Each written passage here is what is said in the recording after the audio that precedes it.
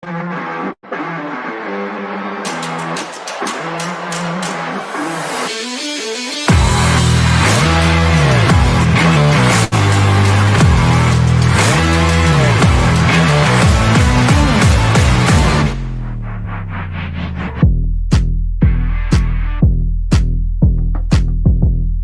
those agents using a government-issued ID, for instance. I mean, should Australians be prepared for having their faces scanned to use social media?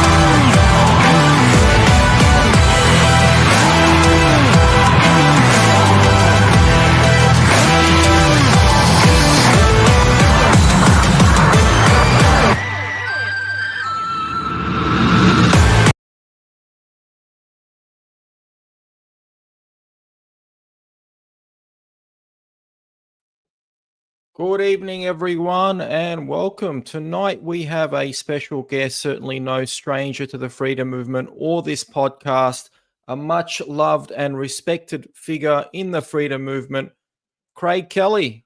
How are you?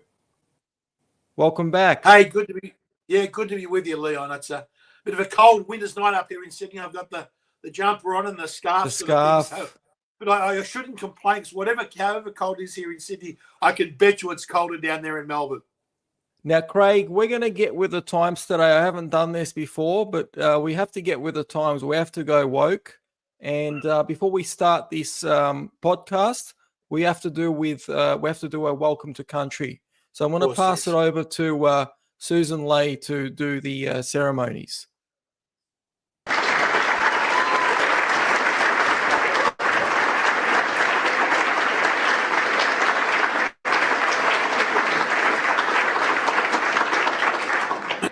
Thank you for the warm welcome, and I'd like to begin by acknowledging the traditional owners of the land on which we meet today. And over the course of this term, our task will be to develop a plan and reducing emissions so that we are playing our part in the global effort. And reducing emissions so that we are playing our part in the global effort. Every single member of both coalition party rooms will have the opportunity to engage with and be part of this work. I should add Scott Morrison to the list. I served in Scott Morrison's cabinet during COVID. I was proud to do so during a critical time with the pandemic in this country. Thank you. And welcome everyone that's watching, by the way. Please like, share and comment. Thank you for your comment there, Belinda. Much appreciated. So, Craig, what do you make of that speech and the current state of the Liberal Party? Look, I'll be honest, it's sad. It's really sad. I've been a long-standing Liberal member. Yes, I've become estranged from the party, but I'd like to see the Liberal Party, back strong, fighting. We need a strong opposition in this country. We've got the worst government in our nation's history that got re-elected with an increased majority. So we really need a strong Liberal opposition to challenge the Labor narrative that they put forward. And to sit through that and to listen to Susan Lee yesterday, I just sat there and shook my head in disappointment. I think it shows the party is stuffed, and I think we are in very, very deep trouble as a nation. What do you think? Can anything be done to reverse it? Because right now we don't have an opposition. The opposition's been decimated. Look, I think people say, "What can we do? What can we do? What can we do?" Okay, you sort of keep fighting. Okay, now we've the reason you keep fighting is that we've had wins being outside of the parliament. Now, just go through a couple of things. You had the misinformation bill last year. Now, we were able to defeat that. It was the voices outside of the parliament. Right? Remember, the Liberal Party sat on their hands for about 2 or 3 weeks deciding what they would do. And there was programs like yours and countless others like it. And thousands of people, tens of thousands, if not hundreds of thousands of people around the country that used their voice, sent emails to those senators, and we won that debate. We were able to turn it around. So we had a win. The Voice, again, when the first polls came out, it was 75 in favour, 25 against. And yet some of us put our hands up and said, we're going to fight against this. We know it's a hopeless cause. We know we're going to lose, but we've got to fight anyway. And one by one, we turned things around. Every day, the polls improved. The polls got better. And we ended up winning in a landslide, 60-40. The COVID vaccine situation. Now, yes, there's still ridiculous mandates, but if there wasn't enough people that stood up and fought and raised their voice and took to the streets and marched and protested, today you would still need a COVID vaccine to go to a vaccine passport with your booster shots up to date to walk into any pub or club in the country. It is because people got out and fought that is not the policy of today. So to everyone that's feeling a bit down and a bit disappointed and a bit disheartened, I understand that's certainly how I feel. But the important thing is we have to keep fighting. And tell me, because there's a few people within the Liberal Party. I believe there's in Western Australia, that former soldier, that veteran. His name escapes me. Young guy. That's the one. Yes. So there is a few people in the Liberal Party that. I'll go through. I don't know. Phil Thompson up in Queensland, a very good guy. Matthew Canavan, he's part of the LNP, which is still in the coalition party, and we live with the National. Alex Antics over there in South Australia. There are still plenty of good guys. Good to see Barnaby Joyce as raising his voice. It would have been nice if he had done it when he was Deputy Prime Minister, but Barnaby's out there speaking. So there are some good people in that coalition down in Canberra. The problem is that they are in the minority and that they are held hostage to the left factions that control the party. So the test is going to be, I think, in the coming 12, 18 months, maybe before the next election or maybe just after the next election. The Liberal Party is going to go nowhere. The policies, the woke policies, the attacks on the net zero is going to stay. The attacks on freedom of speech are going to stay. It's people like Alex Antics and Matt Canavan. They're going to have to make a decision in the coming months or maybe years. Are they going to sit there and stay within the Liberal Party and watch it go woke and think we can change it from the inside? Or are they going to do what I came to the tough conclusion of doing, that you can't change it from the inside, that you've got to step away and try and do something different? And I think if they decided it was time to step away and start a separate organisation and leave the rest of the woke Liberals to go and join the Greens, I think there would be a standing army of Australians that would fall in behind them. I'm scratching my head. A lot of people are scratching their heads. I'm sure you are too, Craig. Trump won by a landslide in the United States. Couldn't the Liberal Party learn from that? It seems like Peter Dutton got the wrong advice, and George Christensen actually wrote a post, a thread on X, about Dutton being undermined by the left-wing faction of the party that they plotted against him. What are your thoughts on that? Was there a coordinated attack against him? That wouldn't surprise me. Nothing would surprise me of what they tried to do. But look, the one single defence that I could give to Peter Dutton, and I was part of Peter's we called the Monkey Pod room.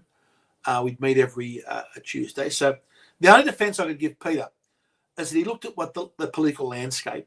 If you looked at the end of 2024, you had the worst government in our nation's history. You had all the economic indicators. Every indicator showed that Albanese should have been thrashed in an absolute landslide.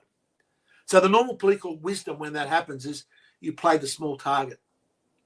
And that's what I'm sure that, that's basically, politics 101. If the opposition is terrible, you play the small target, and that's how you get into government. Unfortunately, that didn't work, and they were a bit slow.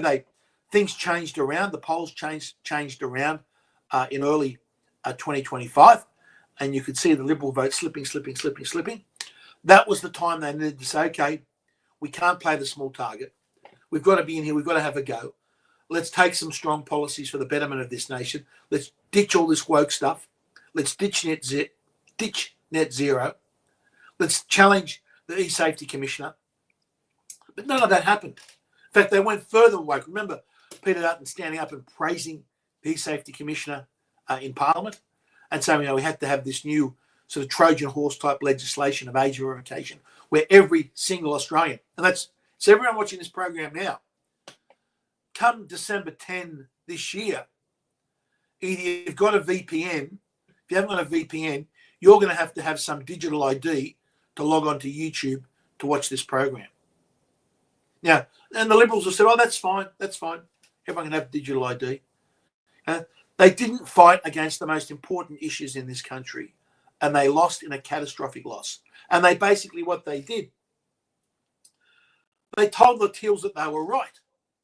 So if you say, yes, we believe in net zero, we have to cut our emissions, and when we talk about emissions, it's CO2, which is the same bubbles that come out of your fizzy mineral water or out of your champagne. It's the farts and burps of our dairy cattle, our beef cattle, and our sheep. That's the emissions that we're talking about here.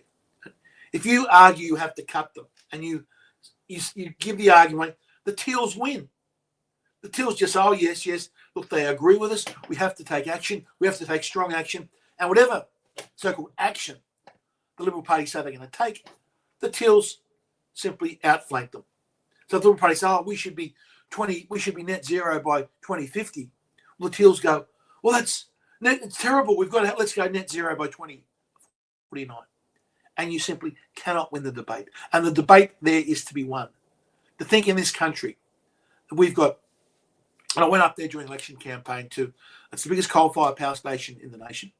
Arari, it's a 2.8 gigawatt coal-fired power station, the biggest one in the nation. And that's due to close next year. Now, while we're closing that down, in China today, they've got the equivalent, it's something like 240, they've got the equivalent of 150 Ararings under construction. Just so that again. So we got our biggest coal-fired power station nation, we're planning to close down and replace it with nothing. And China is building the equivalent of 150 of them. And we think we're going to have some effect on global CO2 levels. And even if these people are right, even if you're right, that CO2 is this special control knob that dials up the temperature, right? Even if you believe that and you think that that's correct, right? The total effect, if Australia goes net zero by 2050, the total effect, and these are Bjorn Lomborg's done these numbers, they're the IPCC's official numbers. The total effect on warming avoided is 0.01 of 1 degree Celsius by the year 2100. So all net zero in Australia. So we are doing this. We are destroying our economy, right? We're sending our industry offshore. We're making ourselves poorer, right? All to avoid potentially at the best 1/100th of 1 degree by the year 2100. It is Craig, completely and utterly insane. So that they're making us weaker, poorer, China richer, more powerful. This sounds like sabotage to me. Okay, look, How would you describe it? Is it deliberate sabotage? Is it by design? if we're in a war against China, okay, or theoretically, let's not, against a neighbour to our north, right, and they attacked us, the very first thing they would target, what do you reckon the first thing they would target? They would come in and they would bomb our coal-fired power stations and blow them up. That's what you would do. Traditional military strategy: go in, take out the power grid, take out the generation capacity. Now we're doing this to ourselves. We are blowing up our coal-fired power station. Look, the Chinese communists, they must be sitting back there and laughing their heads off at what we are doing, because what that does, and at the same time, we are subsidising the importation of tens of millions of solar panels out of China and wind turbines. So that's all income, that's all money out of Australia, like big shipping containers full of cash every day, loaded up from the efforts of Australians, put that money in a shipping container, lock it up, send it off to China. That's money for China. And at the same time, we're weakening our own electricity grid, making electricity more expensive here for business. So you've got industries that can no longer compete. And what happens? Those industries shift offshore to China. Yeah, we've got the big Tomago aluminium smelter up here, north of Sydney, just north of Newcastle. Okay? I had a meeting maybe 7-8 years ago with the CEO there, went up and toured the plant, and he made it very clear at the time. He says, if you close down Liddell coal-fired power station and close our coal-fired power station down, we cannot stay in business. It is just a matter of time before we close, because they need electricity, and they use about a tenth of New South Wales electricity. They need that electricity, constant supplies, 24/7, and you can't get that from renewables. You can't get that from intermittent solar and wind, and you can't back it up with batteries because the cost is prohibitive. So he made it very clear, if they close down and we're forced on renewables, we will eventually close down. So what will happen?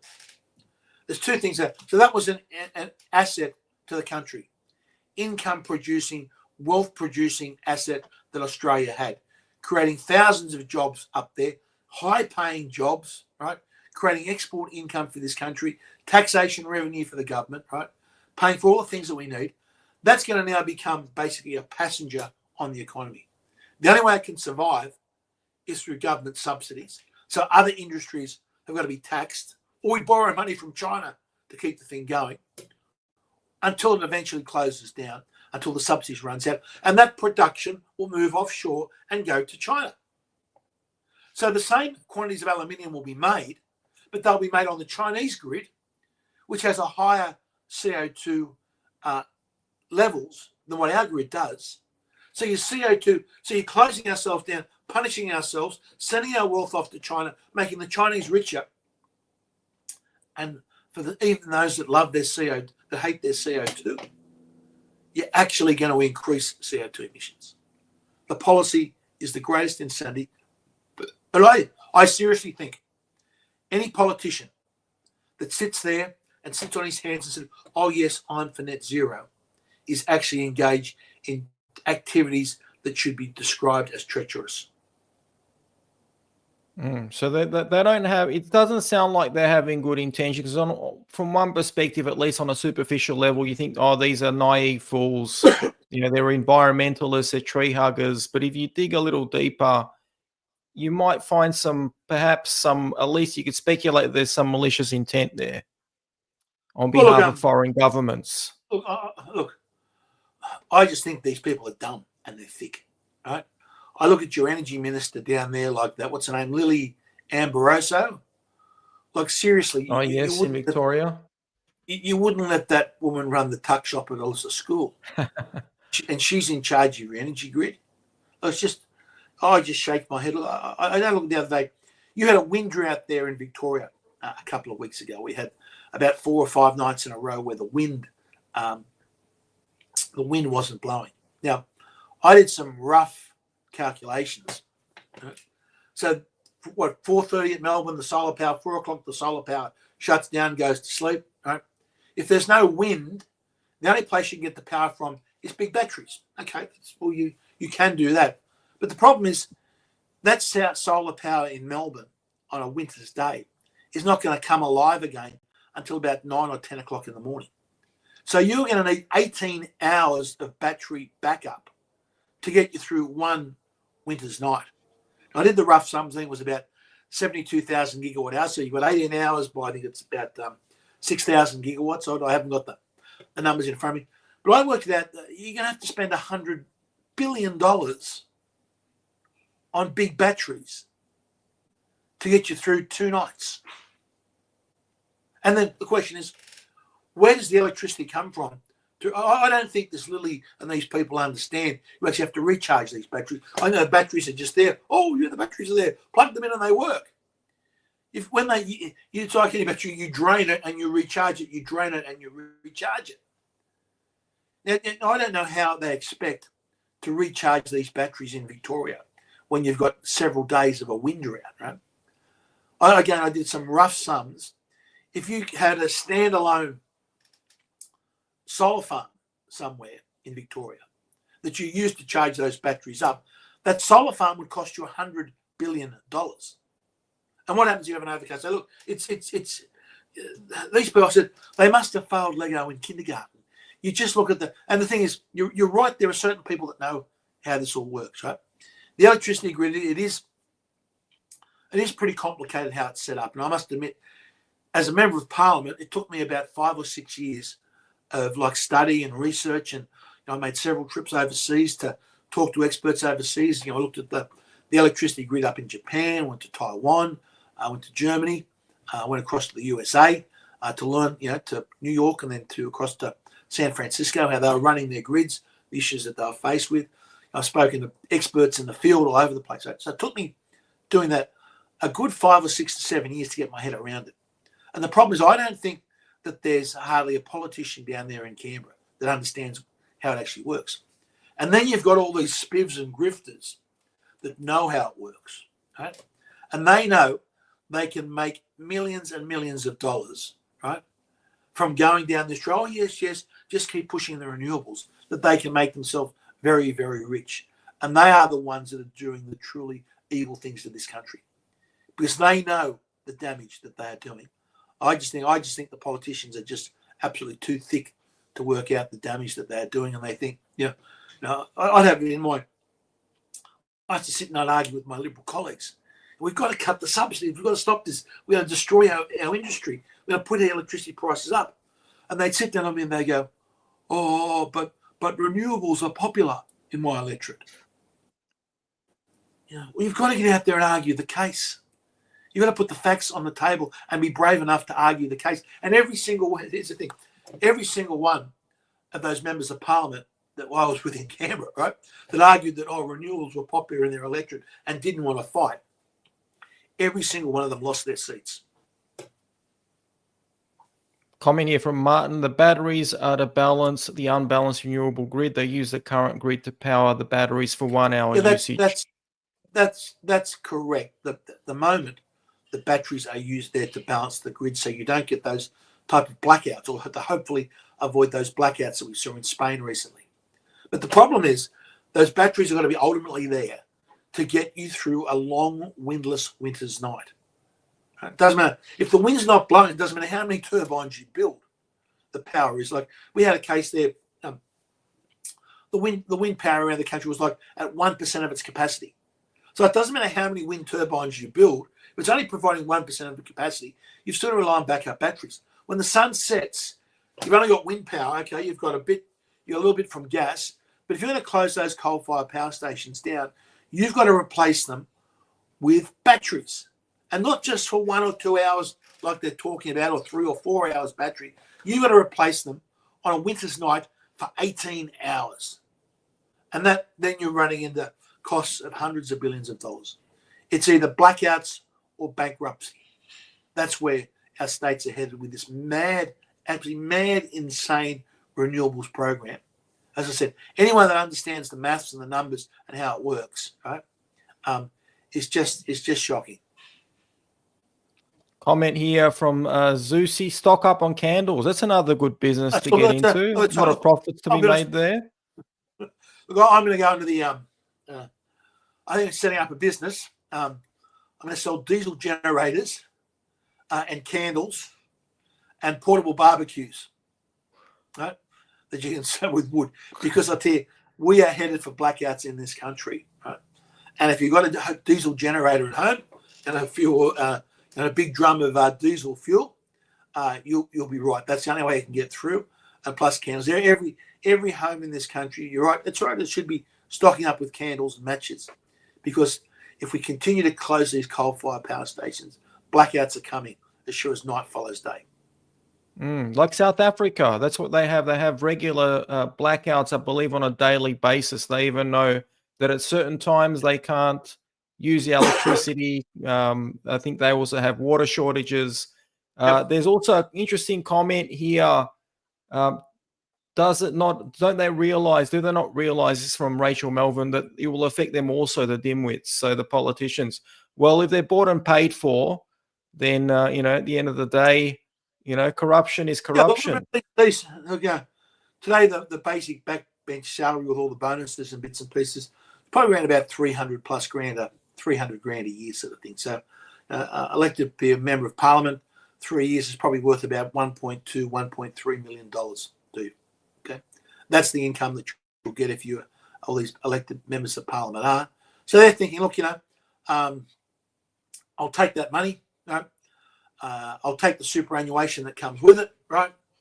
And even if I lose my seat, if I do the right thing and I suck up, right, and I don't, rock the boat or don't raise any of these issues, I'll be rewarded down the track. And because remember, government's they've got tens of thousands of jobs they can appoint. They can appoint members of parliament to, like ambassadorships all around the world, board appointments and all these government-run companies, to run inquiries and bits and pieces. They'll get well paid for. So, if you suck up as a member of parliament, if you just sit there and say, "Oh, I'm not going to say anything that will upset the apple cart," you'll get rewarded in the end. So these people are all bought off. Craig, just out of interest, net zero, we keep hearing this slogan. From your perspective, what does net zero mean in practical terms? Okay. First, you have to remember, it is not just, I think it's one of the big confusions, it's not just electricity, right? Net zero means your entire output of CO2 and also what is called CO2 equivalents, which is methane, right? So it's your carbon dioxide and your methane output of your economy has to go to a net zero. Now, that means you can buy carbon credits along the way, but at the end of the day, if every nation goes net zero, there's no carbon credits to buy. So it ultimately means you've got to eliminate and take to zero your output of carbon dioxide and methane. Now, as I said, electricity sector, you generate carbon dioxide from the burning of coal and the burning of gas. Right? So you have to get rid of all your coal and all your gas, right, and replace it with renewables. Right? But then I said that's about a third of our emissions. You've also got the agricultural sector, which has to go to net zero. Now, the emissions in the agricultural sector is about 15%. Now, that's not the tractor in the paddock or the farm equipment in the shed with solar panels on the roof. The emissions from agriculture are effectively from the burps and the farts of animals. Releases the methane, and they said the methane is supposed to be like a gas that warms. So to get to net zero, yes, you can feed your cattle bovea and poison them with bovea, and that just reduces a little bit. But you've got to get to zero. So it ultimately means you've got to cull the herds. You've got to reduce our beef and our cattle, our dairy cattle, and our sheep effectively down to zero. Now that means the decimation of all these rural industries that we've got.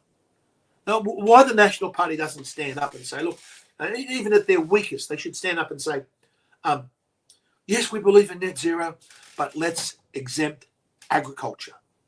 The National Party is so weak and pathetic, they can't even put forward the argument to exempt agriculture. So what it means, when Klaus Schwab gets up and says, you will eat the bugs, right?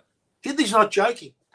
because you're not going to have beef. They want to take beef out of the supply chain because you can't have beef cattle. And where you get your protein from? You'll eat these tasty crickets and these tasty bugs. That is what they have planned. If you have signed up and you've got a politician that you voted for that supports net zero, he is voting for you, for your kids down the track to eat bugs. I know it seems ridiculous and people will laugh, but that's exactly what it is. Then you've got the other sectors, the transport sector. It means every petrol and diesel car, truck, plane and boat has to be taken off the road, out of the skies or off our waterways and replaced with some type of battery operated car. Now, this is going to cost a fortune. Battery cars on average cost around $20,000 more than an equivalent petrol car because you've got the extra cost of the batteries. Right? It makes motoring more and more expensive. How you're going to do it in your trucking fleets is I have no idea. These trucks have to run 24 hours a day. How you're going to put a battery operated tractor out into the farms? When harvest time comes and these things have got to go 24/7, right? What are you meant to go? Oh no, I've got to go back and recharge the batteries. Stop the harvest. We've got to recharge the batteries. It's a complete nonsense. Then you've got air travel. Right? The idea of people say, "Oh, we'll have battery planes." How are you going to put the weight of a battery that you need to fly you across the Pacific Ocean? Right? The planes, and remember, even if the plane could take off, right? Review the designs of our modern jets. They can take off with a lot of weight with all the fuel in it, but they couldn't land with the weight of the fuel in. So if they take off and they have to go back and do an emergency landing, they have to go and dump the fuel because the plane is too heavy. So if you put these heavy batteries in them, the battery weight stays there, even after you've used the electricity in them. And so that's why you can't you push the batteries out of the plane on parachutes or something so you can land. The whole thing is a complete nonsense. Then of course you've got, remember the what they call fugitive emissions from our gas and from our coal industry. So when you dig up coal, you break the coal, you crack the rocks, some methane leaks out. That's considered a fugitive emission. So you've effectively got to eventually close down your coal mining. So this will make us and this is forever. Not just 2050, it's all done. This is forever. It is a totalitarian's wet dream that they could enforce this upon the nation. And yet, again, if you ask what people think net zero is, they just think it means, let's put some solar panels on our roof. Unicorns and rainbows. That's true. That's true. That's exactly right. You get these, and the thing is, you can never get these people, right, into a debate on these issues. You've got the Liberal Party that's so weak that won't debate them, right, where they have the opposition, right?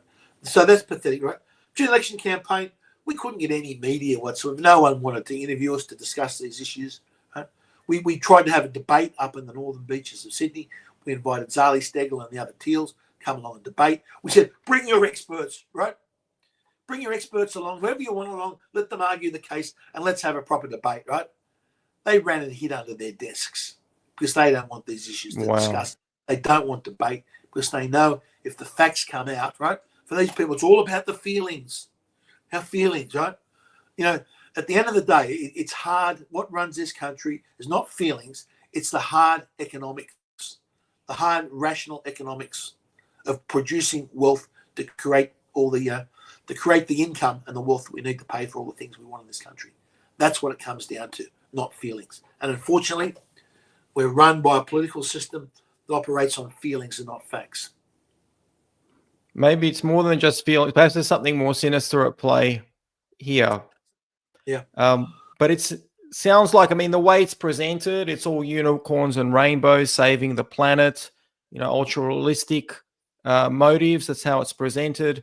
But really what you described here is that they're trying to, in reality, create a famine, an artificial famine in the worst case scenario. In the best case scenario, we'll have people that are malnourished, which could potentially make them more susceptible, more vulnerable, more servile, perhaps.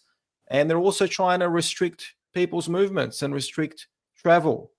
That's what it sounds like, essentially, in practice. It's if you looked at some type of like, Big Brother dystopian sort of overlord that wanted to come up with a plan to, to control society, net zero is what you come up with. Because every human activity involves the output of either carbon dioxide or methane.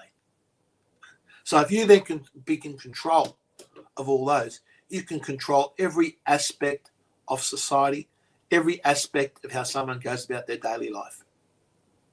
And that's why, we do have people in our society with a totalitarian bent. It comes about from thinking that they are a superior being, that they are more intelligent than all the plebs out there, and they are more worthy. And our world would run so much better if they were in control and they would make all the decisions.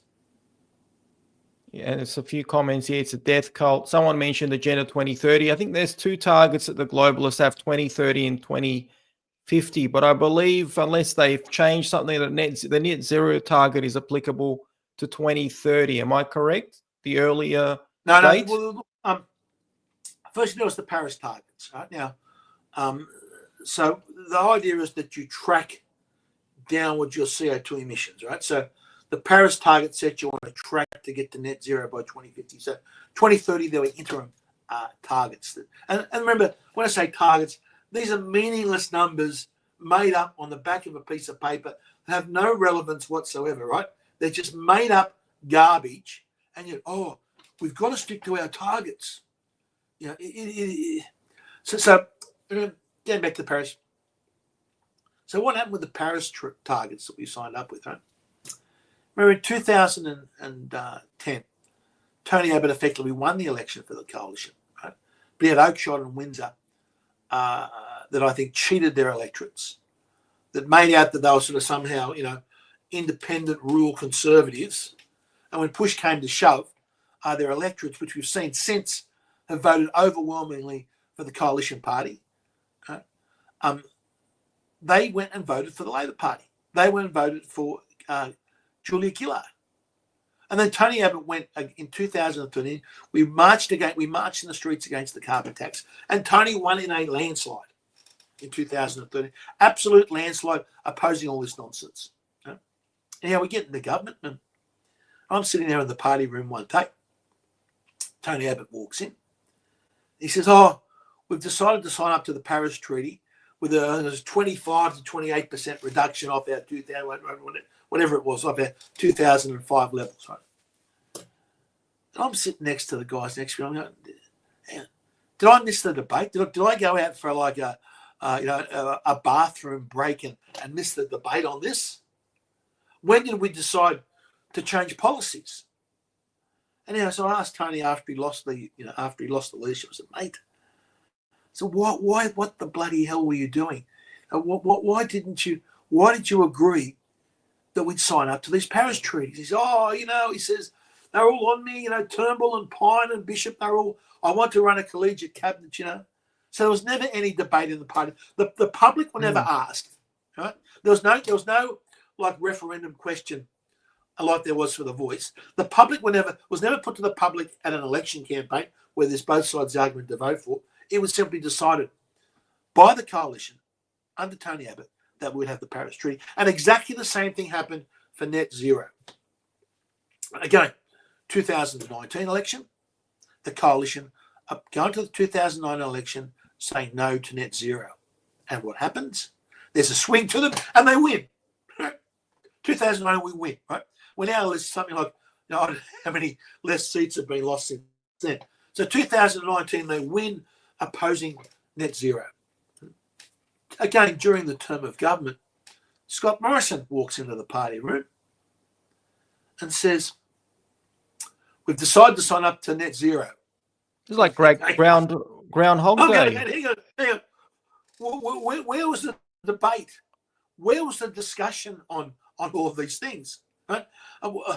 Do we have a debate, pros and cons? And the party room is there. You've got 100 people in that party room from all around the country, from all backgrounds of life. They've been involved in probably every industry and up every sort of like rabbit hole in the country.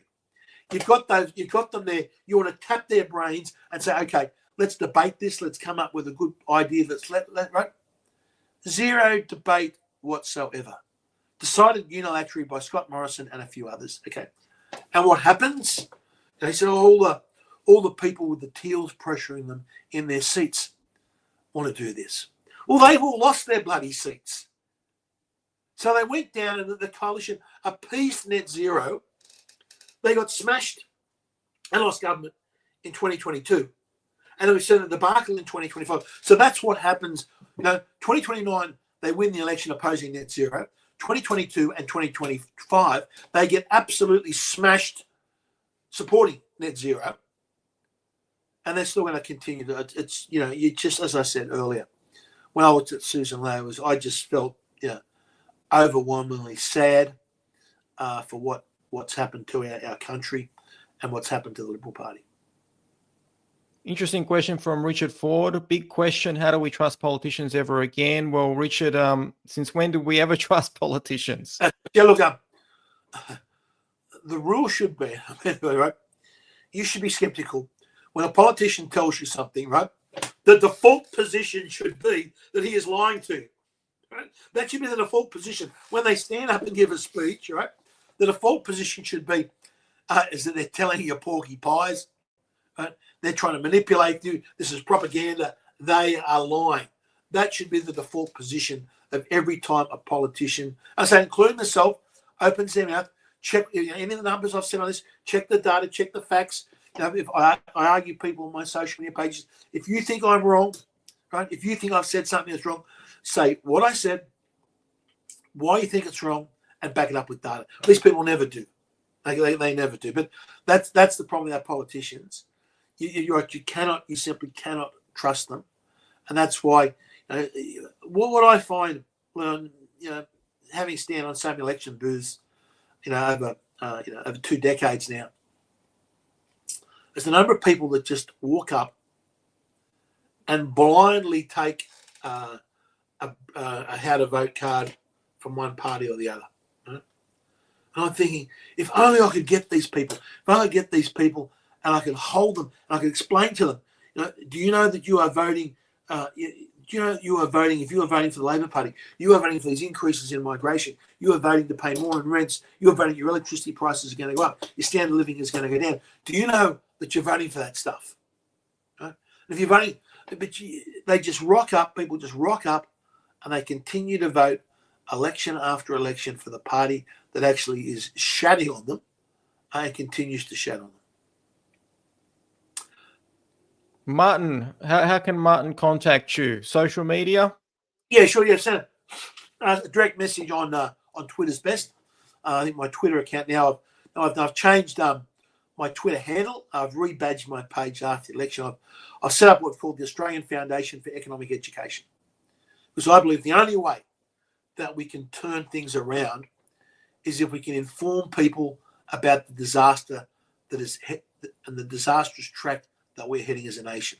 So I try to put up as much economic data, information and facts on my page, because it's only through an informed electorate that we're going to turn things around in this nation. So if you're free, just send me a direct message on that page.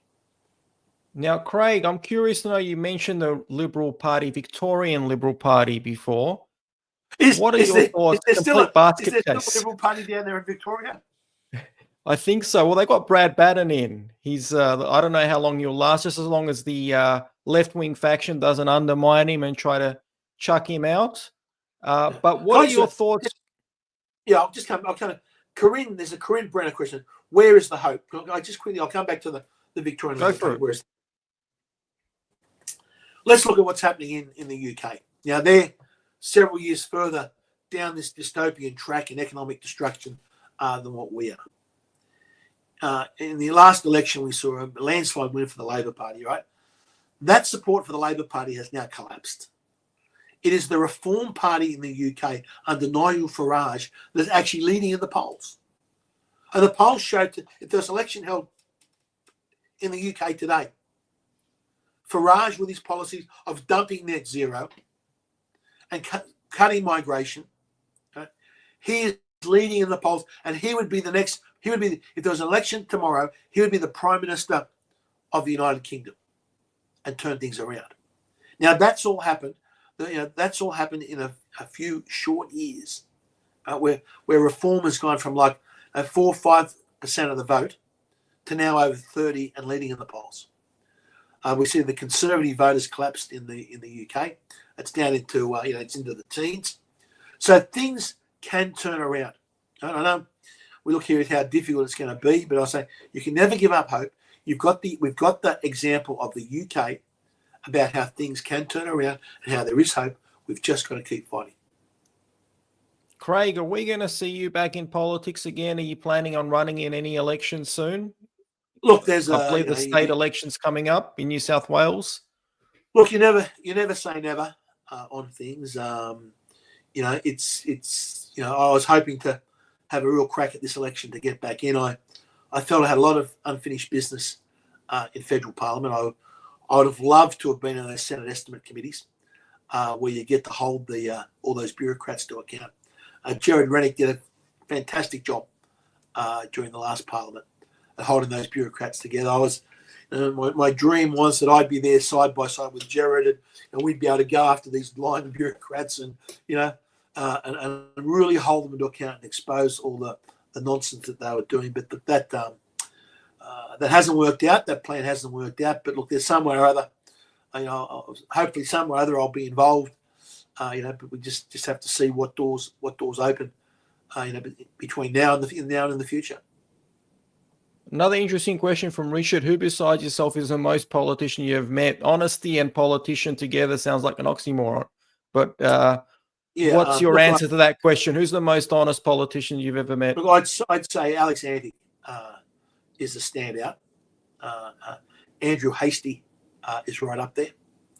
Malcolm Roberts is a very good man. But I'll tell you, they're in short supply. What makes an honest politician is sometimes that you've got to say things and do things that are not popular in the short term.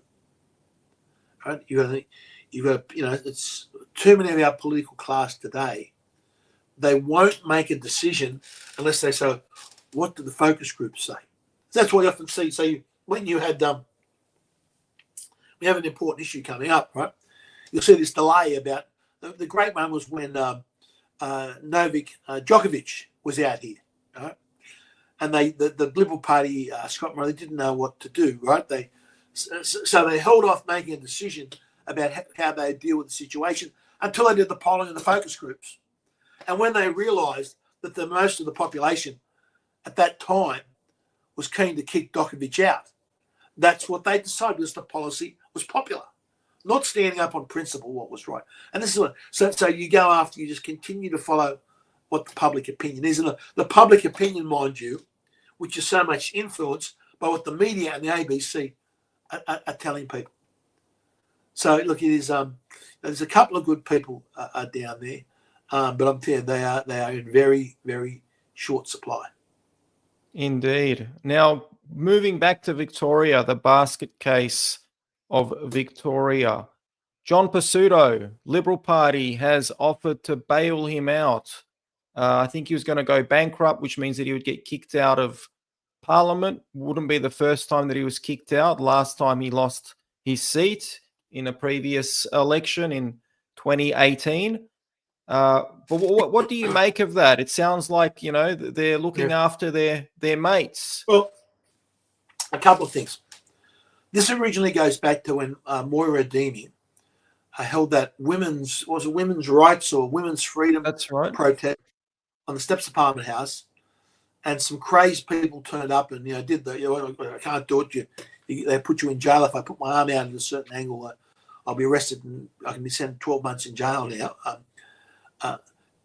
Carried on like nutcases, right? And tried to gate crash her rally. Now, what happened is, as usual, the media, instead of talking on what Moira Deeming was saying, said, "Oh, look, she had Nazis at a rally. She's a Nazi." So instead of what your leader down there standing up and saying, call the media out, this is bullshit. She was doing a fair dinkum rally. the issue of women's rights and women's freedoms, especially in sports and these issues. This is a serious issue that needs to be debated. These people gate crashed, right? Gate crashed her rally and stand up and defend her rights. He went along with the media and threw Maria under the bus, threw her under the bus. So that's where it's all started from. Right? He was trying to go weak and soft and appease the media. Right? Then, of course, then you had the legal case about now how it costs. What was it? $1.5 million. Something like that, yeah. Okay. So I'm sure 2 million lawyers, maybe. I'm sure there's some lawyers watching, but how does the average citizen go about creating the wealth of $1.5 million? How many years do they have to work to set money aside to do that? If you're working in a legitimate industry and a legitimate job, you're not on some graft or have some lotto win, how do you possibly afford $1.5 million? So the legal costs are another issue that are completely out of control. Now, Prosciutto, he should have known that. He's a lawyer himself. He should have known that, you avoid, if you get in these things, the last thing you want to do is go to court. You want to avoid court at all costs. Right? He didn't do that. He went to court. He lost it. And I think now, he should now have to bear the consequences of his actions. That's right. If he declares himself bankrupt, he's free from having to pay it. Right? I'm sorry, I've got no assets. I'm bankrupt. You have to leave Parliament. Okay, well, mate, you made your bed. You've now got to lay upon it. Right? But what this has done. This is by the Liberal Party paying that money. I think if I'm sitting back and I've been a good Liberal Party member and I've contributed, money every year, year after year after year after year, and given my money to the Liberal Party as the donation, and I see instead of using that money to fight the Labor Party, it's got to pay a legal bill of $1.5 million. Can you imagine what the effects this is going to have long term on the Liberal Party trying to attract money from their donors? It's again, I just think it's just sad. Again, you've got a one-party state down there in Victoria. Every economic indicator shows it's the worst performing state. You've got the highest rate of unemployment. You've got the biggest debt. You've got the biggest public service that has to be funded. You've got the worst crime rates. What are those crime rates the other week that came out in Victoria? What, in 12 months, you've had a 20% increase in crime across Victoria. No, well, whenever something machete attacks. Whenever some violent incident comes across on the news, some criminal, 9 times out of 10 will be in Melbourne. And what was the other day? I read something. Hang on, it was a farm attack where some blokes. I'll actually play that. Yeah, I've actually got that. I'll play that now. I've got that on your. I thought that was in maybe the northwest province of South Africa, where the farmers were under assault. You got it there, yeah. Let me just have a quick. I'll bring that up in a moment. So they burnt the guy's house down. They doused him with petrol. They held the place up with a machete and firearms, torched the place, incinerated the place. Right. This is what you would read about. I was thinking, is this actually South Africa or is this Victoria? Just, and then you had what was the other poor bloke recently that the inquiry was he hit his head and was bleeding and called an ambulance and waited 4 or 5 hours for an ambulance and bled out and died. Like, that's, I think. I'm just going to play that. That's the hospital system you would expect in Venezuela. The fundamental thing of living in a first world country, if there's an emergency, that you can pick up the phone, you can dial 000. If it is a genuine emergency, you're there. Yeah. I'll play that now. 8-year-old farmer has been dragged from his home, bundled into his boot and doused in petrol during a home invasion. As Julia Passarelli reports, 3 armed intruders then torched his house at Yea, northeast of Melbourne, before fleeing with his guns. Decades of cherished memories burnt to the ground in a horrific attack. Horrible. You think in the country stuff like this wouldn't happen, but here we are. This melted mess, This is- all that's left of a farmer's Yei home, torched by 3 thieves who stormed his property just after 1 a.m. 2 of them were armed with firearms and 1 was armed with machete. They demanded cash and firearms from the 68-year-old victim. When he refused to hand that over, police say they became violent. The father then assaulted and dragged into the boot of his car. The victim got out of the vehicle and was threatened again. The offenders poured petrol onto the victim and then fled the scene in a vehicle. He somehow wasn't seriously hurt. Wow. So that's something you don't expect, especially not just in Australia, but in country Victoria. I said that is what you would expect in the northwest province of South Africa. And yet we are seeing this here in Victoria today. We've had over the last 12 months, criminal incidents have increased 20% in Victoria. Crime is out of control in that state. This is what happens when you have all these wonderful free stuff and these socialist policies, and there becomes a disrespect for private property rights. We're importing people into the country with no respect for law and order. And this is the consequences of what we have, which we see in Victoria. We see today. And it's just another sign that our standard of living in this country is going backwards. What do you make? I mean, can we reverse this? Right now, we have the Trump administration in the United States. You see footage of ICE agents going around and detaining people, arresting their masked agents. Yeah. What do you make of that? So they're going into cities, interestingly, it's happening across blue states, blue cities in America, Democrat-run hellholes. What do you make of that? But as you see these Democrat-run cities, like look at what they've done to places like San Francisco. That beautiful town of San Francisco. I remember through the decades, what a beautiful place it was. I remember my first trip there. What a vibrant downtown area it was, and to see the images of today.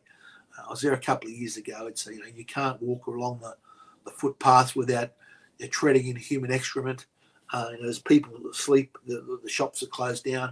It's just a tragedy what's happened to these Democrat-run cities.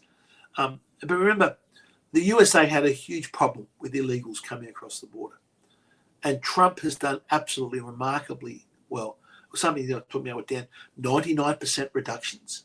Because there's no point. What's the point of coming illegal across the border if you know that the American police forces there and their border security forces can arrest you and send you back?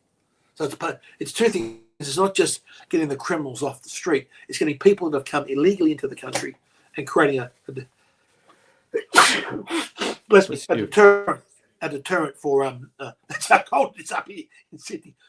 It's pretty cold down here as well. Yeah, a deterrent, having a proper deterrent sort of thing for it. So, I think President Trump is doing a very good job in very, very difficult circumstances. And excuse my nose. I want to play something. Speaking of Democratic hellholes, the new mayor of, well, he's not the mayor yet. He's won the Democratic primary, so he'll be going up against a Republican. Yeah. But he's pretty much a shoo-in, you could say, most likely to be elected mayor in November. I'm just going to play this clip. It's actually from your Twitter feed, and I'll just get you to respond to this. Here, I will create a network of city-owned grocery stores. It's like a public option for produce. We will redirect city funds from corporate supermarkets to city-owned grocery stores, whose mission is lower prices, not price gouging. These stores will operate without a profit motive or having to pay property taxes or rent, and will pass on those savings to you. Now, I'm actually from the Soviet Union, and this sounds like Groundhog Day to me, deja vu. Government-run supermarkets with no profit motive. What's your response to that? Look, again, I saw that, and I just shook my head. How could it be? How could we have to relearn the lessons from history about, look, this guy's a slick operator, a slick talker. But to talk about the government running supermarkets, again, what lack of understanding of history does he have to know? Now, that other picture you had there in the I'll bring it up. That's one of Boris Yeltsin there. Now I had that on a that's Adam Smith in a modern day supermarket with his quote. Yeah, it's not for the Here, I benevolence will of create a butcher. network of city-owned growth. Okay, that picture there, I think that is one of the most famous photographs and one of the big turning points in world history. Now, what actually happened in the story is a true story. Boris Yeltsin was an up-and-coming member of the Soviet Politburo, and he made a trip to Houston in 1989 because the US and the Soviets were doing some joint space mission. And after he'd done his official tour, on his way back to the hotel on his last day, they just made an impromptu stop at a typical American grocery store. It was called Randall's. Remember, the times, in the Soviet Union, the typical Soviet grocery store had queues of people out the front, empty shelves where people have to wait for the most meager, food provisions. And Yeltsin, they said he walked around the grocery store in amazement. And there you see him with his arms out. So that is, you see in that picture there, you see the destruction of a Marxist ideology coming to an end. Because Yeltsin knew that the Soviet Union, when it came to soils and agricultural production, was equally as rich as Russia. And that the Russian people should be able to enjoy the benefits of those food products, just like they were in America. And he saw with his own eyes, that is the failure of Marxism. This is what a free market capitalism, this is the goods and the benefits from free market capitalism that deliver. And they said in Yeltsin's memoirs, I've got them here in my library somewhere behind me. He says something along the lines of, it's a crime what we have done to our Soviet people. And that moment there is when Yeltsin lost his Marxist ideology. And of course, we know from history, it was Yeltsin that stood up and stood strong when the Soviet Union collapsed. Now, I had that photograph hanging in my office in Parliament House. That is a picture that should be taught to every single kid in every single school all around the world, so they understand, especially the universities, that this seductive lure of Marxism and free stuff and socialism, it doesn't work. It always ends in death and misery and hardship. But of course, we haven't taught that to our kids, right? No. So now you've got this Marxist that said he's won the Democratic primary there for the mayor of New York. He's likely to be next year. He's going to put together a chain of government-run grocery stores. Now, in a way, I think we actually need this. I think it's good, because what we want to have a prime example of how disastrous these policies are.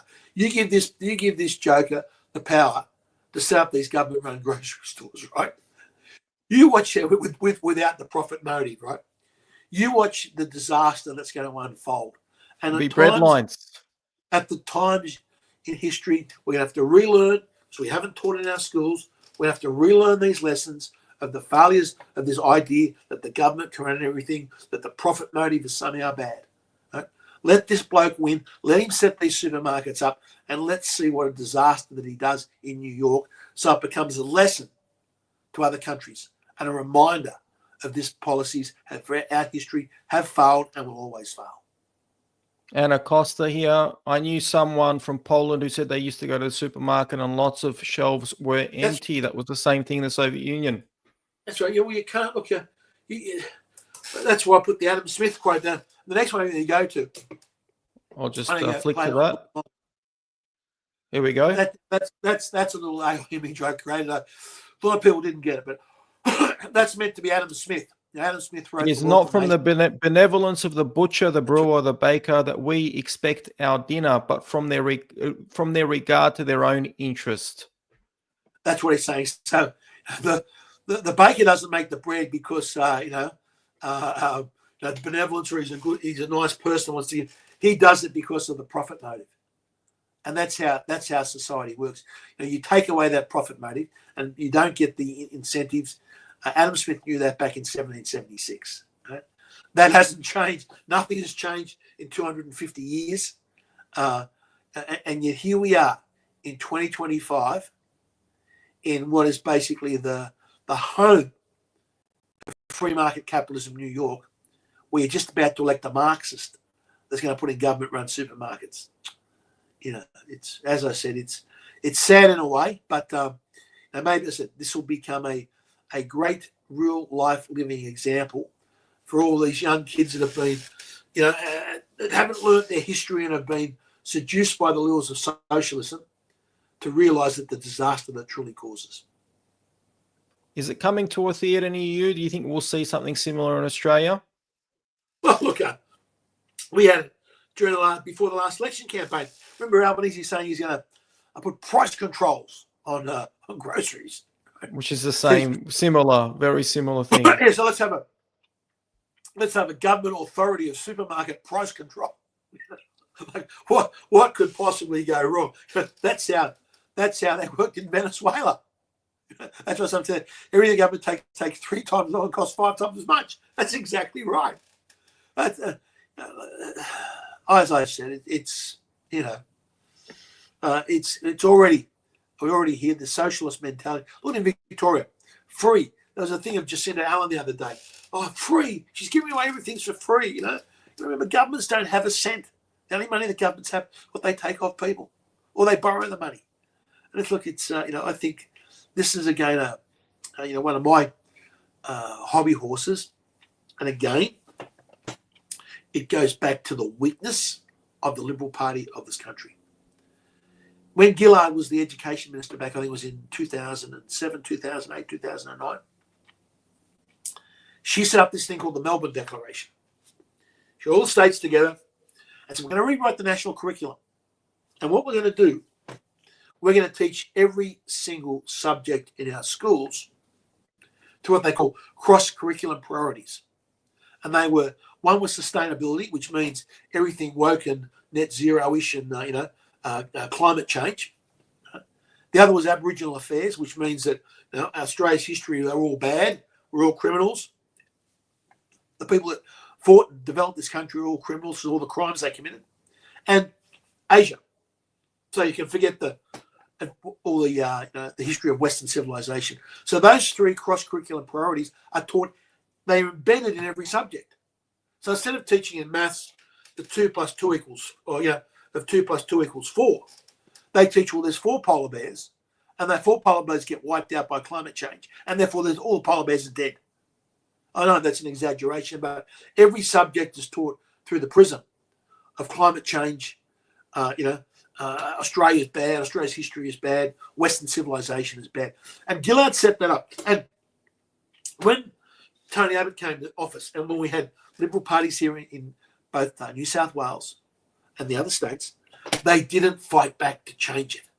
So we've got this Marxist ideology embedded in our curriculum that our kids are being taught today. Okay? This is why so many parents are homeschooling their kids.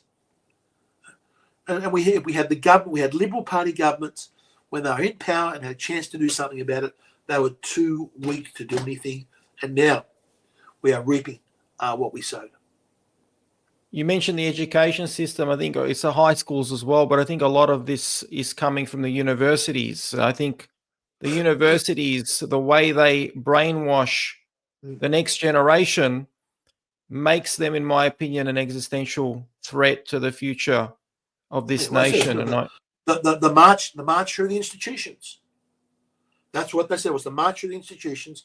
The Marxists may have lost the Cold War, but they thought, okay, the way to do this is we've got to get into embed ourselves in the institution, especially the education system and the universities. And we've got to sort of preach this Marxist nonsense and brainwash a couple of generations of kids. That's how they've gone about it, and that's what we are seeing today. Now over to global world affairs. What's your take on the current situation between Israel, Iran, and the United States? Well, firstly, Trump was right again. Right? I remember back to the attacks on Iraq with what they called the weapons of mass destruction, which we now know was a hoax. And I can understand a lot of people were very skeptical when they said, the Iranian Iranian nuclear program. It was like, it was very easy to line up and say, this is just another version of weapons of mass destruction, an excuse to go in there and try and do regime change. Now, Trump has said that they had no interest in putting American boots on the ground in Iran. And everyone agrees, or most people agree, that the world is much less safe if Iran, run by the Ayatollahs, with an attitude that, there's this idea of martyrdom, that we kill ourselves and false iman. we get 72 virgins or something. We go up to heaven if we. Are you seriously going to let those people have nuclear weapons? Are you seriously going to let them develop intercontinental ballistic weapons that they could fire into Europe, the US, and potentially Australia? That's why everything possible had to be done to try and stop Iran, the Ayatollahs of Iran, from developing nuclear weapons. And every American president going back, for decades has said the same thing, but Trump has been the only one to step forward and say we're going to actually do something about it. So, thank goodness he's taken an action. And what? It looks like there's a ceasefire. It looks like there's a potential of peace. Those ships are flowing through the Straits of Hormuz again. You can see it on some of the shipping maps. The shipping's flowing, the oil's flowing again. The price of oil hasn't gone through the roof as everyone expected. There's no threat of American troops or Australian troops having to go and put boots on the ground in Iran. Iran is going to have to sort their problems out for themselves. But one thing the world has made, or Trump has made very clear, if they cannot continue with a nuclear weapons program. So, congratulations to President Trump. He did the right thing, and even it took. Anthony Albanese, was hiding under the bed for 3 days, so he didn't have to ask a question about whether he supported Trump. The Americans are still our most important ally, and Albanese should have been straight out of the block supporting them. Instead, he was hiding under the bed because he thought it might cost him some votes here in Western Sydney. It's interesting because a lot of people that claim to be Trump supporters say that he reneged on his promises, that if they knew that he was going to do that, they wouldn't have voted for him. But the thing is, he's been saying since 2016, when he first ran to become president, he's been saying it consistently, there will be no nuclear Iran under my watch. So what do you say? You say there's going to be no nuclear Iran, and you go ahead and you let them continue to build weapons. Is that what you do? And the funny thing, the people that say, there's some people say, oh no, Iran wasn't building nuclear weapons, right? No, it was just what they were. It was a cheese factory or a butter factory they had buried down in the hills to try and hide it in the mountains. They're now saying that the strike wasn't successful and Iran can still produce nuclear weapons. Come on, guys. And I think all the data, we're right to be skeptical about it, which is correct. Okay. But all the data indicates that, I think it's very clear Iran was trying to develop, or the Ayatollahs of Iran were trying to develop nuclear weapons. And I think everyone agrees that was a very dangerous position the world could be in. And President Trump had to make the decision to do something or to sit on the sidelines. And he made the decision, and it looks like it's turned out to be spectacularly successful. Mark Rowley has a comment here. Mark, by the way, isn't Jewish, but he made a comment. Craig has been the most sensible voice in a sea of Jew haters. Do you think in the freedom movement, do you think that there's an issue?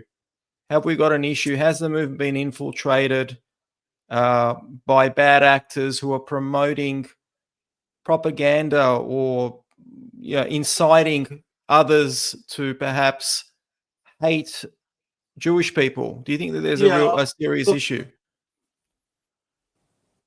Unfortunately, and I've been a bit surprised by this, there is a segment of the call it the freedom community that are Jew haters. Now, sure, look, I can certainly understand the concerns about what we see on the ground in Gaza. No one wants to see little kids killed is what's happening in Gaza, and that's happening from Israeli strikes. But the whole problem started, remember, with Hamas starting and doing that terrorist attack and those horrific scenes that we saw. How can you look at those pictures? Remember that there's a picture there of a young girl, probably a teenage girl, being dragged out of the back of a ute, right, by a guy hanging a gun. You can see she's got blood all over her clothing. He grabs her by the hair like an animal, her hands tied behind her back, and put into the back seat of a car. There's blood all over her tracksuit pants. How can you look at that? And then there was the other one, that poor girl that was kidnapped, and they had her body in the back of a ute. Crumpled body, naked crumpled body in the back of the ute, with guys in the back of the ute holding up guns in the air, yelling out Allah Akbar or something, and the crowds parading her through the streets, and the crowds were cheering. This is the Jew hatred that unfortunately that we've got. Look, yes, express your concerns about the Israeli action in Gaza.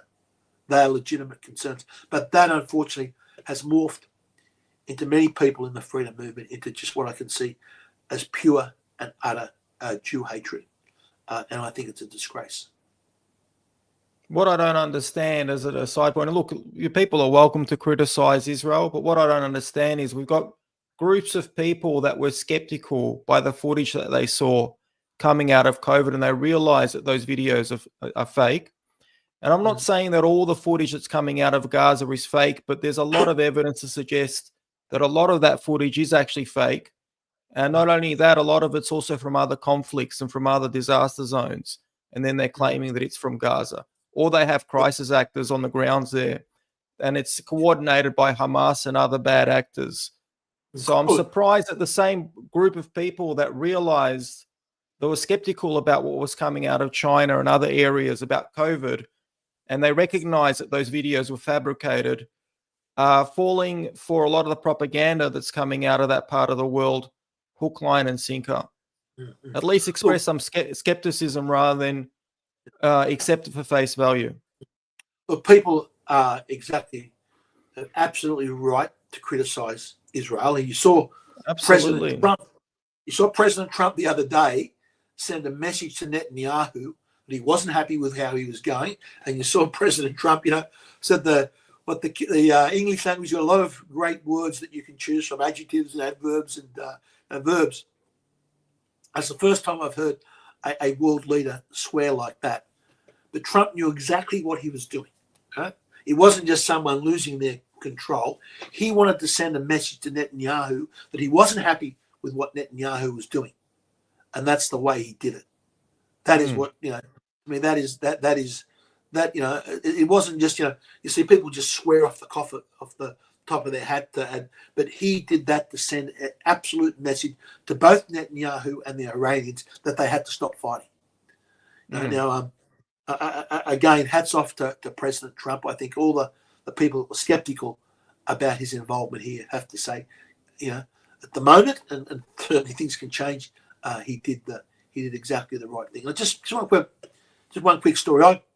I made a trip to Israel several years ago. I went to Jerusalem, Bethlehem, also went to the West Bank. Went and saw that great statue of the Beersheba. Always not sure how to pronounce that one, but of the Australian light horse, this famous That's Australian. right.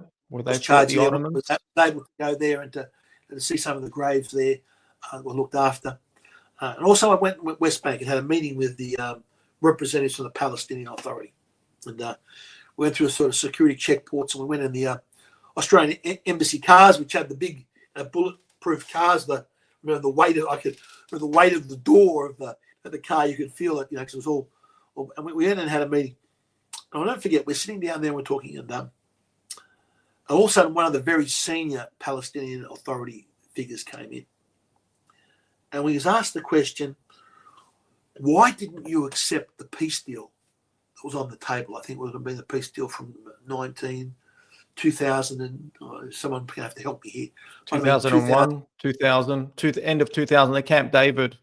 Yeah, Clinton and Arafat met at Ehud Barak met at Camp David. I think that's one. It might have been one. Said, why didn't you accept it? It gave you 95% of everything that you were after. Why didn't you accept it?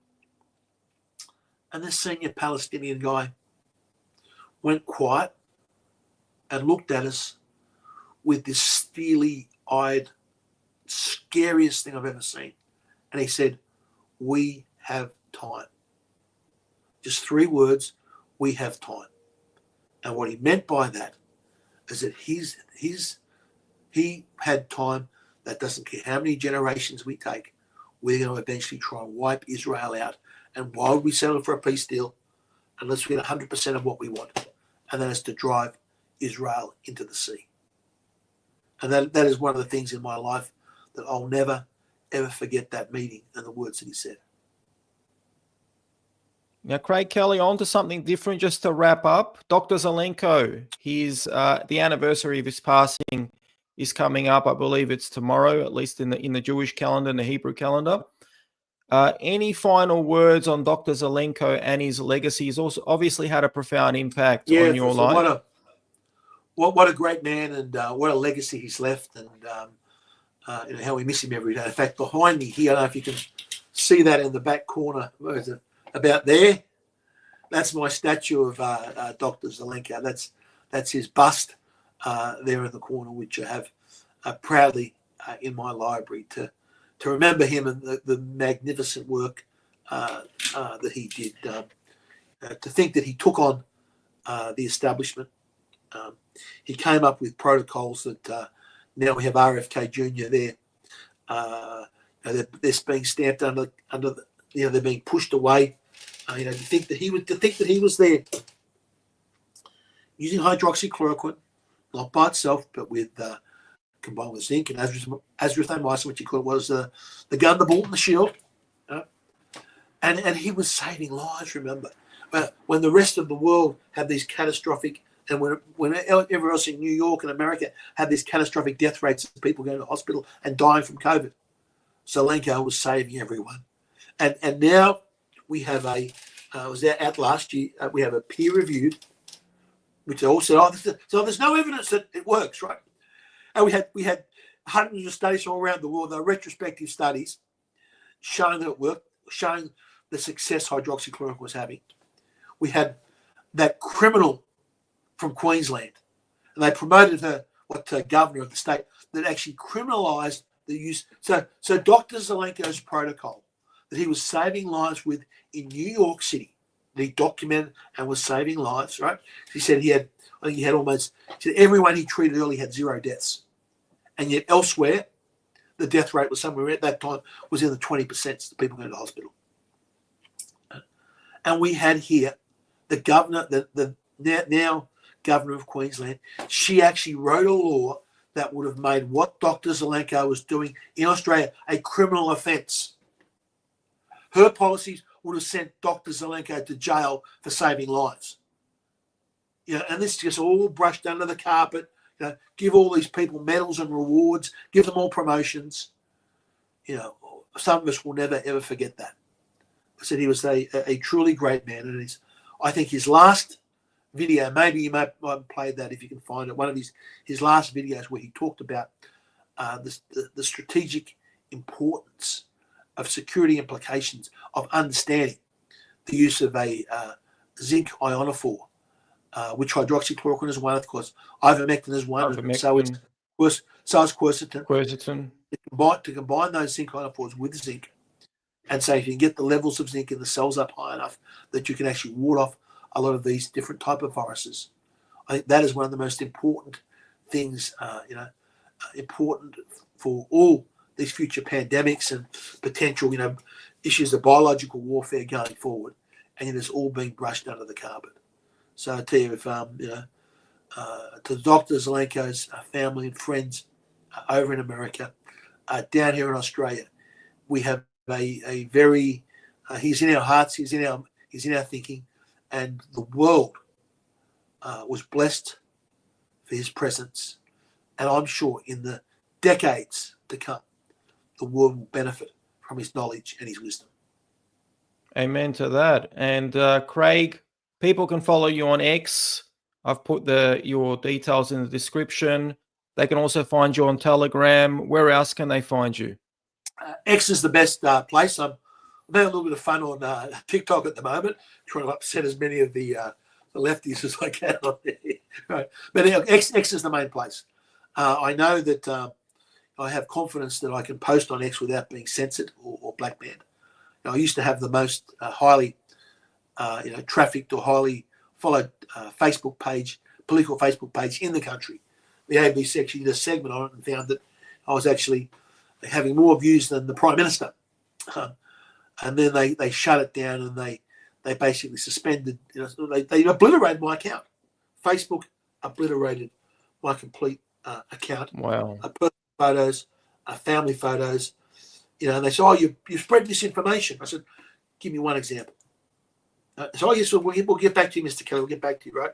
They were never able to give me one example of this so-called misinformation I was spreading, because they knew as soon as they'd say, give an example, I could show them that it wasn't misinformation. It was actually factual and based on evidence and data and science. So I don't trust Facebook to do it. I have limited trust on YouTube, although they seem to be getting a bit better.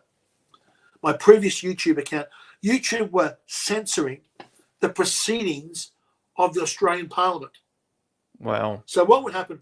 I happen to George Christensen as well. There's a Hansard, there's official filming that's done in Parliament, right? And I'd stand up and go, the Speaker says, I give the call to the member for Hughes, right? And I stand and I thank you, Mr. Speaker, and you speak. And at the end of the thing, you say, I thank the House, right? Start, finish. No other added commentary, no overlays, just straight Parliament, straight the recordings, straight from the official broadcastings of the Australian Parliament. And some YouTube used to censor it. So we had a some type of arts graduate, right, sitting in an overseas country, deciding if the Australian people could hear what was said in their own parliament. Some obese, purple-haired person, non-entity with piercings all over their face. That's right. Deciding, no, the Australian people can't hear we're going to censor that, right? Because that should have been a contempt of the Australian Parliament. But we had, again, these pathetically weak people in the Liberal Party. I made an appeal to the Speaker that this was a contempt of the Parliament, right? To censor the Parliament in that manner should have been a contempt, right? And same with my shutting down my Facebook account, because remember, Facebook was also a way that people send you messages, right? So I had messages being sent to me as a sitting member of Parliament to my constituents going backwards and forwards, which Facebook decided that they would censor and shut down. Now, if Australia Post, there's a case where Australia Post did that, right? And it was basically held that was a contempt of Parliament. Australia Post said, we are not going to deliver a member of Parliament's messages between themselves and their constituents. That would be a contempt of the Parliament. And that's exactly what YouTube and Facebook did. And we had these pathetic individual characters in the Liberal Party that stood there and said, oh, that's okay, we're not going to complain about that. You wonder why I get upset and I'm cranky about the weakness and the patheticness of the Liberal Party. And they didn't stand up for free speech then. They're not standing up for it now.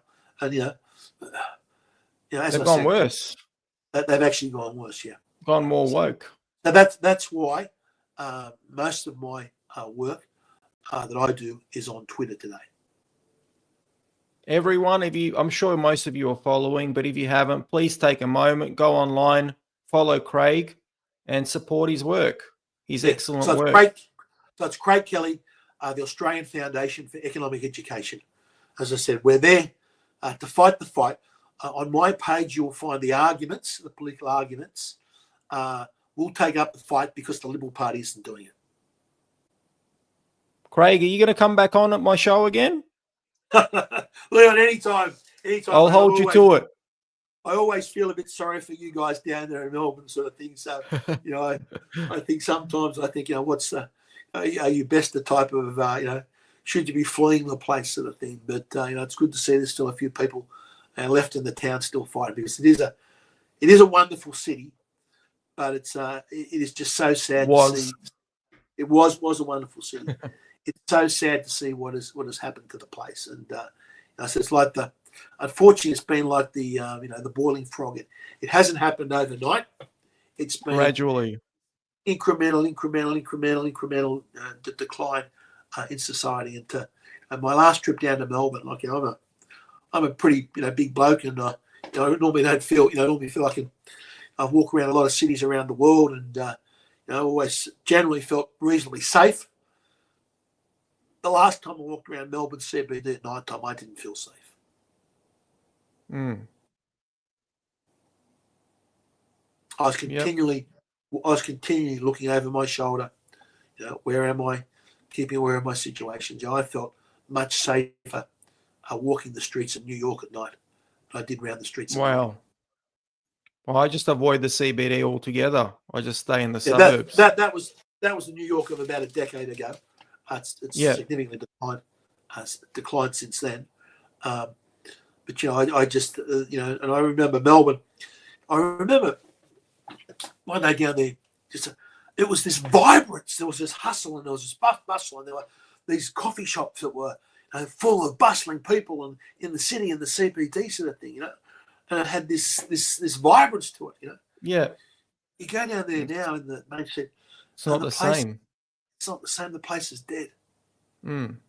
It is really very sad about what has happened, and I as I said, it's difficult to see a way out. But one thing is for sure: we've got to keep fighting. Absolutely. Well, Craig, thank you so much for coming on. We'd love to have you back on soon. You'll do a welfare check on us here in Victoria every now and then. Yes. But yes. Well, thank you so much. Let's hope we do it now. Remember, the fight at the moment is going to be at this age verification bill. Let's remember, come the 10th we saw the e-safety Karen down there at the press club earlier in the week. The 10th of December, every Australian is going to have some type of biometric, scannable face recognition, digital ID that e-safety Karen is going to work out. Not the Parliament's going to work it out. Right? They've subcontracted this to e-safety Karen to work out, to tell us how to do it. You're going to have that to watch programs like yours. Right? You're going to have some type of digital ID. You'll have to scan yourself in before you can do so. Now, this is George Orwell stuff. This is straight out of 1984. Right? The idea that this is done, we're protecting the children. Right? It's complete hogwash. It is a Trojan horse. We've got to fight back against this. We've got to push back against this. I think there's a potential of Australians getting to use VPNs to get around this. So that's something I'll be talking about, and I'd encourage everyone to investigate getting a VPN so we can bypass this draconian, Big Brother 1984 type of legislation. Craig, are you a crypto Jew by any chance? No. What's his name? I am Salvation Army. Okay. My grandfather used to play in the Salvation Army band every Sunday down in Marrickville. We were sort of brought up basically that you have a Christian faith, but you keep it very close to your chest, and mainly that you do outwardly. You try and help people outwardly. In a non-denominational way, but you maintain that you maintain support of a strong Christian faith as the fundamental beliefs of your being. The name Kelly, if I'm not mistaken, that's an Irish name. Yeah, look, it's Irish. We trace some of our ancestors back to Blackpool in the UK, but it came from the British Isles.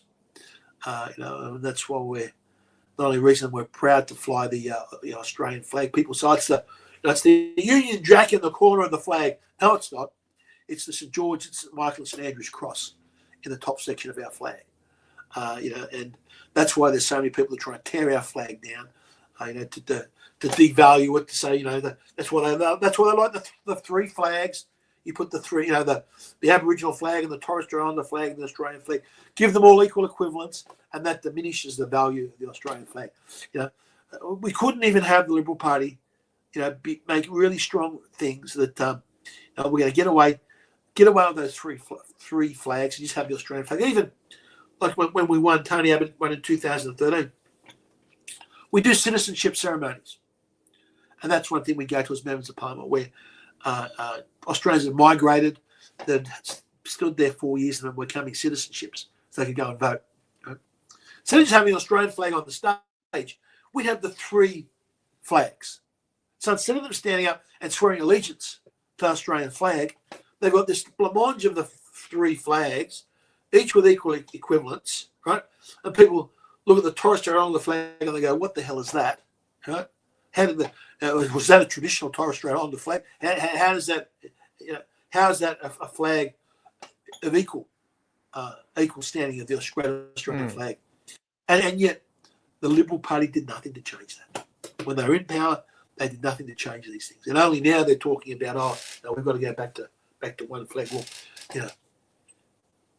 as I said, that's one of the reasons I'm very much estranged from the Liberal Party of Australia. Well, let's hope we'll get another Nigel Farage in the next election. I hope it's not wishful thinking. There's a lot of good people around there. The difficulty that we've got in Australia is that, there's great people like Alec Antic, okay? But the problem that we've got is that the media do so much to create this. Now, Nigel Farage was lucky. He had his program on GB News for a number of years. And he was out there fighting away for well over a decade, getting no traction, right? The ABC, our mainstream media, is not going to give anyone credit. They're not going to give anyone the ability, or anyone with the ability, as I said, to lead a strong comeback from the conservative right of this country. They're not going to give them the ability to get the exposure in the media, and that's why social media programs like yours are so important. Hopefully that's not going to change with the arrival of the digital ID. So we'll all be using VPNs. Well, Craig, thank you so much for coming on tonight. I really appreciate your time and everything that you do, all the amazing work that you do. And everyone, please follow Craig on X and support what he does. And thank you, everyone, for watching. And God bless. Have a good evening. Thanks, Leon.